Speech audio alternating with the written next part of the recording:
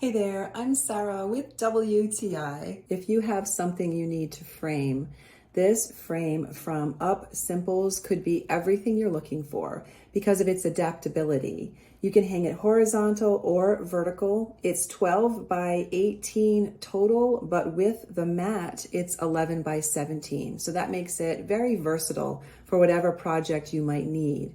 Now, it does not have glass. This is a flexible plexiglass plastic that has a double-sided film. And once you remove that, which is really very easy, it's incredibly clear. So I feel like you have the clarity of glass in this frame without the weight of glass. So my drawing fit perfectly. I did not need to use the mat.